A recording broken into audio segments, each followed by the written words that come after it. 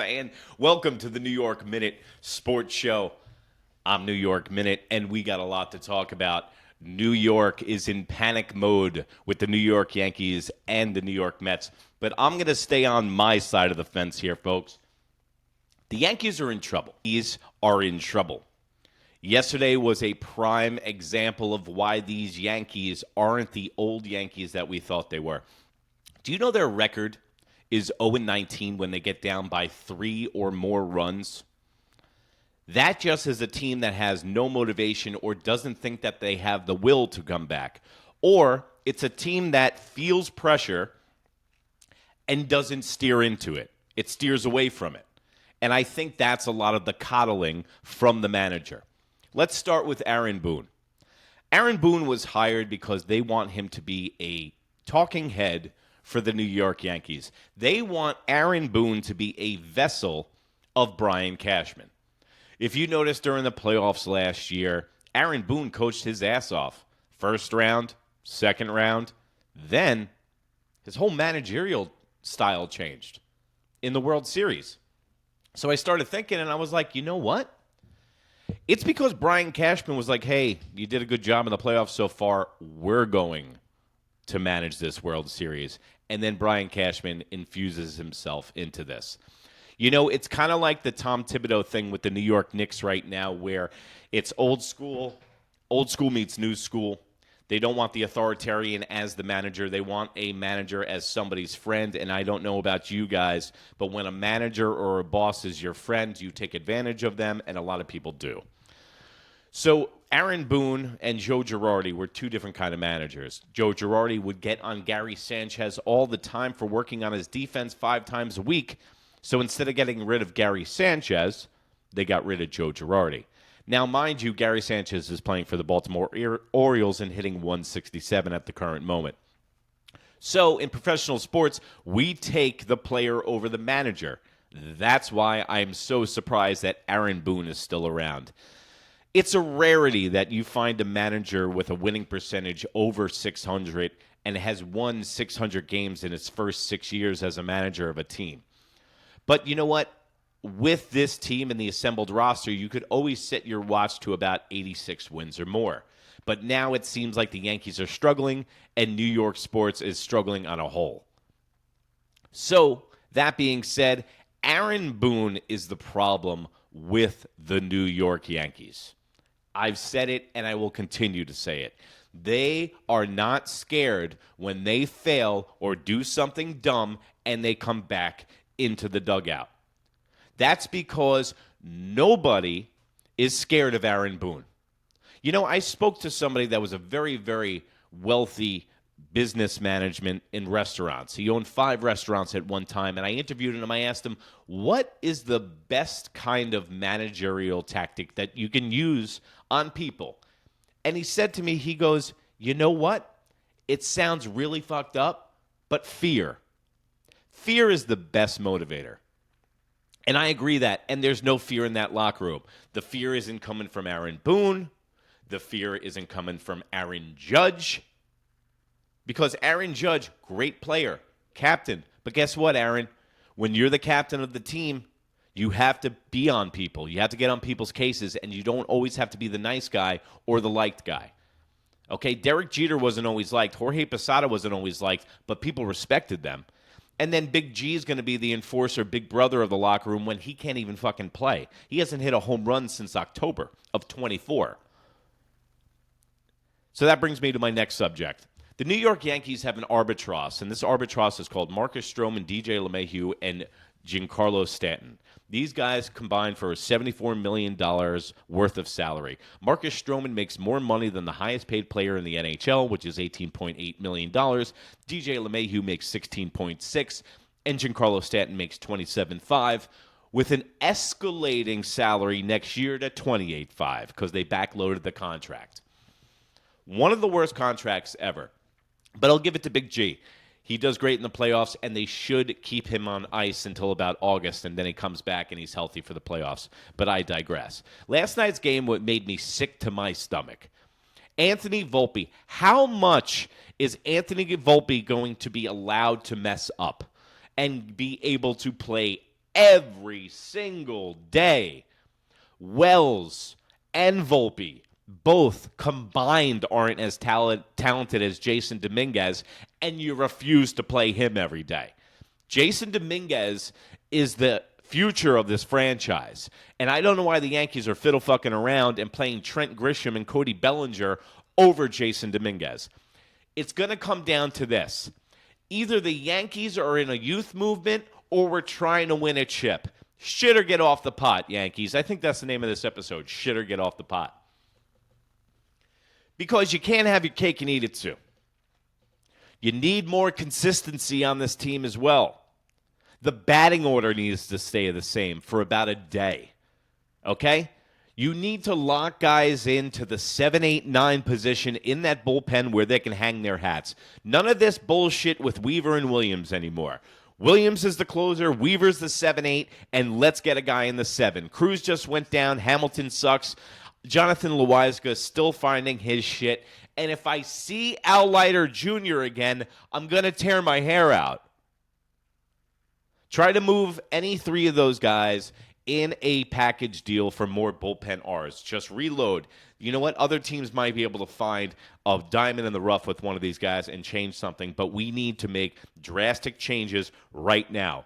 Austin Wells is not the everyday catcher anymore. Ben Rice is your everyday catcher. Austin Wells gets an outfield glove for left field, and he's the backup catcher now. You DFA Escara, the backup catcher.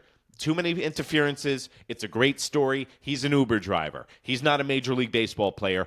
DFA him immediately. Wells is the backup catcher now. Now you're platooning Rice and Wells. Now you're platooning Rice between catcher and first base. And you can intertwine the 2 guys. When Goldschmidt needs some rest, you play Rice there. When Rice needs some rest, you play Wells at the catching position. It's going to be interchangeable. Anthony Volpe, you can't do anything about him right now. They've gotten into this position where they don't have any answers for shortstop because they let Gleyber Torres walk out the door in the offseason for $11 million, who's going to be the starting second baseman for the Detroit Tigers in the All-Star game. So we let that guy walk out because he's a knucklehead and he's lazy. Look at the rest of the fucking team. With Gleyber Torres, at least you can hang your hat on 25 and 75, and he's a right-handed bat. Now you're 2 left-handed dominant, okay? This all could have been solved before the season started.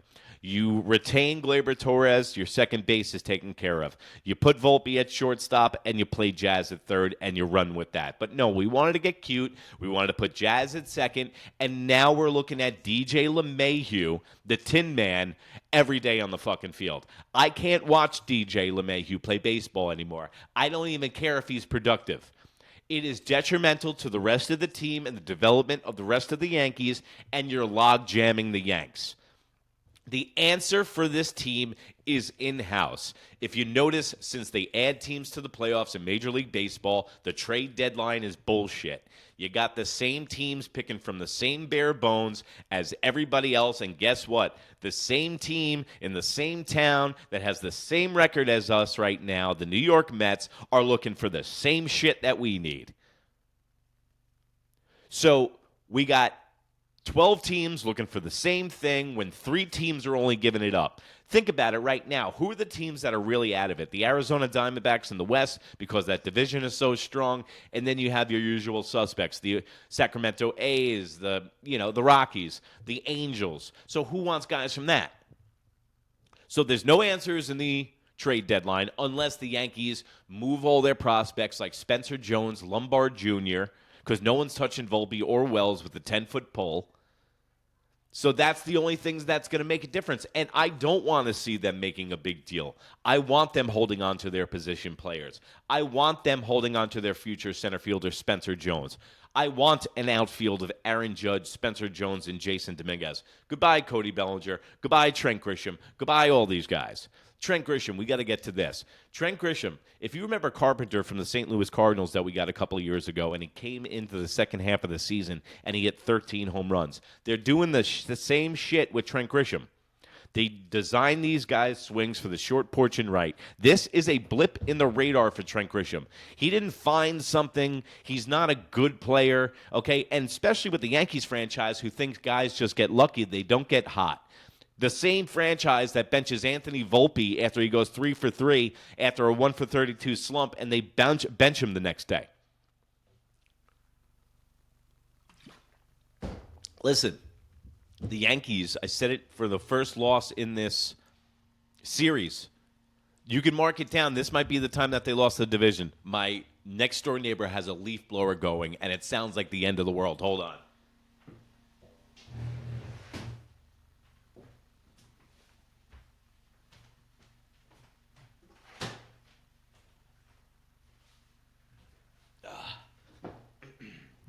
And that's just like baseball, Susan. Sometimes you got to roll with the punches.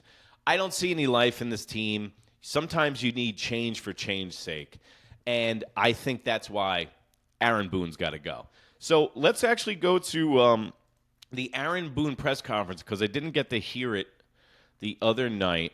So let's see what this sounds. And by the way, this is my first live show on Instagram. With the studio, I'm going to be doing these in the afternoon around 12 o'clock in the afternoon about 3 times a week. So during your lunch break, you're going to be able to get a Yankees report from me right here on Instagram. Don't forget, guys, please share this video. Share my page to people. Let's try to get as many New York Yankee fans in here as possible so they can enjoy the content as well. And also, I just want to take a quick thank you to all my fans, over the 41,000 fans that have been following us with the Jazz saga and following us since last year, since I started this page. It's been the 1-year anniversary last week, so just wanted to say thank you. But enough out of me. Let's get to the Aaron Boone press conference.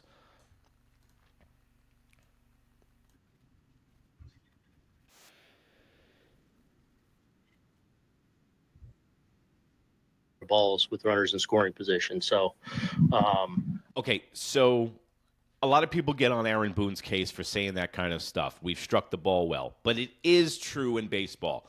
I'll tell you right now, mark my words, Jason Dominguez and Aaron Judge are about to blow the fuck up.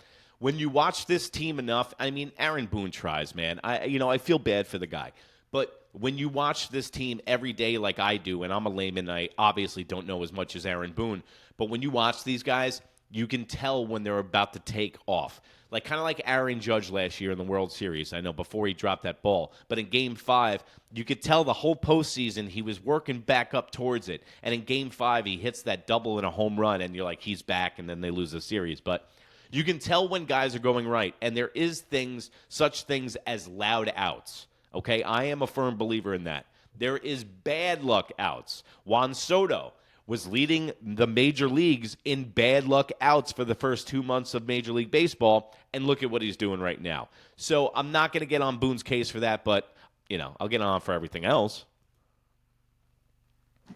Got to create those opportunities, and, we got to make hay when we have those chances, though. Aaron, what is your level of concern with the defense recently here? With the what? Defense recently. Yeah. We obviously got to play a little bit better, and we have the people capable of doing that, and we'll continue to work hard at it. But yeah, we got to play better overall. We understand that. We know that. Hopefully get it going tomorrow. How about the bullpen? I mean, think about this. When you have no answers and somebody sticks a camera in your face and a microphone, it's like, what the fuck are you supposed to say? I mean, obviously Aaron Boone knows, but it's like, holy shit. The Yankees are 5-21 when allowing 5+ runs. Well, I mean, I guess everybody would be. They're in the best spot possible, but obviously been a little bit of a tough stretch for us. Is there any consideration of moving Jazz back to second and DJ to third? I don't know. We'll talk through that stuff. Yeah. Do you feel like it's the best alignment right now from what you've been seeing? The way it is now. Yeah. I mean, look, I think both guys are really talented defenders. So, wherever they line up. But all right, that's a nothing burger. I'm not going to bore you with that. I mean, it's just going to be more excuses than a pregnant nun. So there you go. That's Aaron Boone's manager show. But I want to talk about this. This really burns my bits. Have you guys heard about the Arizona Diamondbacks fan who's like interfered with 4 home run balls. Like, bro, I swear to Christ, nothing pisses me off more than grown men jumping or trying for foul balls or home run balls, okay? It's literally, I've watched grown men wipe out families for free T-shirts shot out of a gun. Okay? If you're doing that as a grown man, you got fucking problems. But look at this douchebag. All the way to the wall, Eddie! Fan interference. Bro, he's okay. Yeah, He's over the yellow line. He's not even next to his seat. He's interfering with 3 people that could have caught the ball. Bro, this guy's done this 4 times. I think if the gentleman in the red shirt misses that ball, I feel like it was going to be out of here anyway. Oh, they're going to call him out. Get him out of here. However, during the review, it was proved that the ball would not have. And again, we strongly discourage that. Fan was Look at this ejected. asshole. So my question to all of So you. this Arizona Diamondbacks, that fucking video sucks. The Arizona Diamondbacks, okay, have now suspended this dude. I'm learning on the fly, guys, here. I'm trying to stop sharing this shit. So the Arizona Diamondbacks have completely banned this guy, which I love, because anybody that goes through that much effort for a free ball is a complete asshole. But just, guys, remember, tonight's game is going to be very interesting. Let me go through my notes here before I okay, so Dominguez needs to play every day. He has precedent over everybody on the team. Jason Dominguez, just like Anthony Volpe, play him every day. So tonight's going to be very interesting. I'm going to be here live after the game with a post-game report. So, guys, come in for that. And I just want to say I appreciate the support and effort, and just share this, guys, so more people can see it. Thanks a lot.